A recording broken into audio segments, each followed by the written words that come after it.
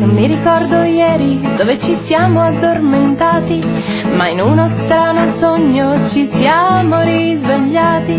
Dove io mi accorgo da non troppo vicino che sei poggiata sullo stesso cuscino.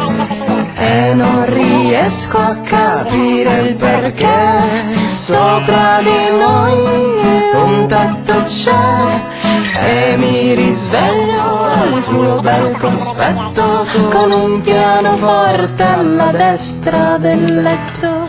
Du-du-du, du-du-du, du-du-du, du-du-du, du-du-du, du-du-du, du-du-du. Una gallina, Un cane una pecora, e un bue.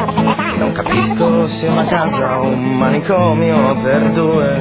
E nel giardino felici andiamo girovagando. Io mi chiedo se sono sveglio o se sto ancora sognando. E per capirlo ti do una martellata. Ma sbagli la mira e sfasci il vetro dell'entrata. Te l'avevo detto che era meglio restare A casa a trovare una soluzione per scrivere una nuova canzone.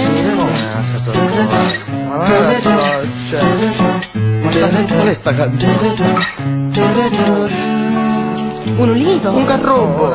un mandorlo in fiore. Ah, ecco cos'era quello strano odore. Scommetto che in città te lo stavi per dimenticare.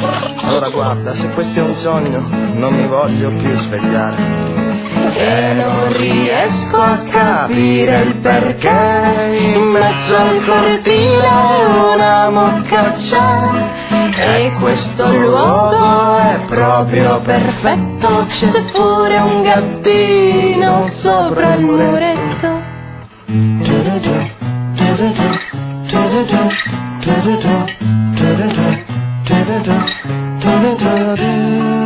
Guarda, è proprio lui, è il gatto con gli stivali. Forse era meglio se ti portavi gli occhiali. Ehi, non sono mica una persona che non vede. E allora dimmi perché dall'inizio della canzone che mi stai pestando il piede. Scusa, e facciamo un giro fuori per capire dove siamo. Ma tu ci vedi male, sbatti la testa contro un ramo.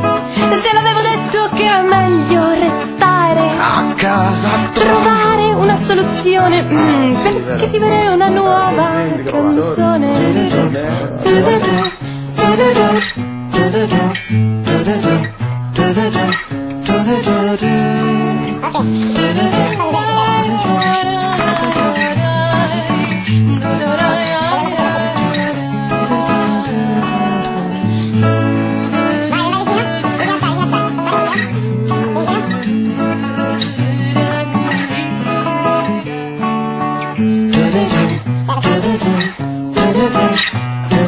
Ok, vai.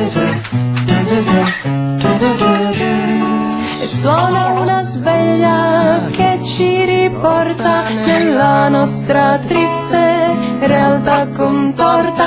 Era meglio restare in campagna a sognare la soluzione per scrivere la nuova canzone.